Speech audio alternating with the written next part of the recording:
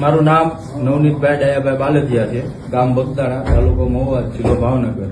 અત્યારે જે social media ઉપર બધું ચાલી રહ્યું છે એમાં ખરેખર હકીકત મારી હારે જે બનાવ બન્યો છે માયાભાઈના હારે વાતચીત કરવાથી એનું મારી પાસે પ્રૂફ છે.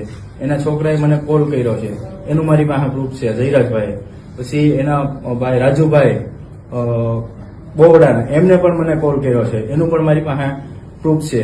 નમસ્કાર દર્શક મિત્રો, આગળ તમે નવનીતભાઈનો વિડીયો જોયો હશે, તમને પાછળ પણ આખો વિડીયો બતાવું સાહેબ, તમે વિડીયો અંત સુધી જોતા રહેજો. મિત્રો, વાત કંઈક એવી કે મેનેજમેન્ટ ટ્રસ્ટને લઈને વાતચીત થઈ અને ત્યારબાદ માયાભાઈ આહિરે પણ કીધું કે ચાલો કોઈને મન દુઃખ થતું હોય અથવા કાંઈ પણ મારાથી ભૂલ થઈ હોય તો હું માફી માગી લઉં. માયાભાઈ આહિરે માફી માગી લીધી ને ત્યારબાદ મોડી રાત્રે નવનીતભાઈ ઉપર હુમલો થઈ ગયો, એમના હાથ પગ ભાંગી નાખ્યા. શા માટે? ચાલો આજના વિડીયોની અંદર આપણે જાણવાની બધી કોશિશ કરીએ. દર્શક મિત્રો, માયાભાઈ આહિર કોણ નથી ઓળખતું? માયાભાઈ આહિરને કોણ નથી ઓળખતું સાહેબ? ડાયરાના બહુ મોટા એમ કહેવાય ને કે કલાકાર. જ્યારે માયાભાઈ આહિર આવે ને સાહેબ, ત્યારે આમ લોકો ગામે ગામે તો તૂટી પડતા હોય છે કે માયાભાઈ આહિર કાંઈ ન ઘટે. ચાલો સાહેબ આપણે જોવા જઈએ. અને મિત્રો, આ કઈ રીતે ઘટના બની એ તમને કહું તો માયાભાઈ આહિરનો પ્રોગ્રામ મુંબઈની અંદર ડાયરો એમનો ચાલતો હતો, બરોબર. હવે ચાલુ ડાયરાની અંદર ક્યાંક મેનેજમેન્ટ ટ્રસ્ટને લઈને ક્યાંક વાતચીત થઈ ભાઈ.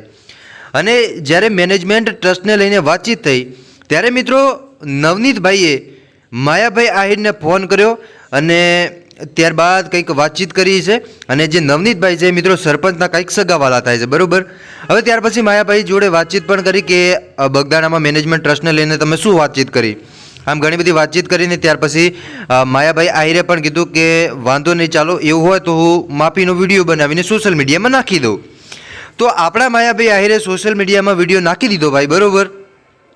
અને ત્યાર પછી મિત્રો માયાભાઈ આહિરનો દીકરો એટલે કે જયરાજભાઈ, હવે જયરાજભાઈ અને નવીનભાઈનું એક કોલ રેકોર્ડિંગ પણ વાયરલ થયું હતું, જેમાં જયરાજભાઈ એમ કહેતા હતા ભાઈ કે તમે ક્યાં છો, મારે તમને મળવું છે, બરોબર, નવનીતભાઈને.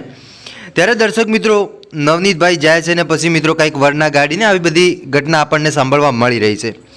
હવે શું ખરેખર આમાં સાચું કોણ ને ખોટું કોણ ને સાહેબ, એ તમારે દરેક મને કમેન્ટ કરીને જરૂર બતાવવાનું છે સાહેબ. પણ એની પહેલાં તમને ભાઈનો વિડીયો બતાવું તો આપ સાહેબનો તમે વિડીયો જોઈ લો. નવનીત ક્યાં છે એ બધી મારી બધી ડિટેલ માહિતી પૂછી છે ને અત્યારે જે ડીવાયએસપી સાહેબે આખો મારો કેસ ડાયવર્ટ કરી દીધો છે, બરોબર. તો એના માટે હું આપણા સમાજ, કોળી સમાજને હું મદદ માંગુ છું કે મને આમાં ન્યાય અપાવે અને સાચી મારી જે કાંઈ હકીકત છે એના માટે મને મદદ કરે.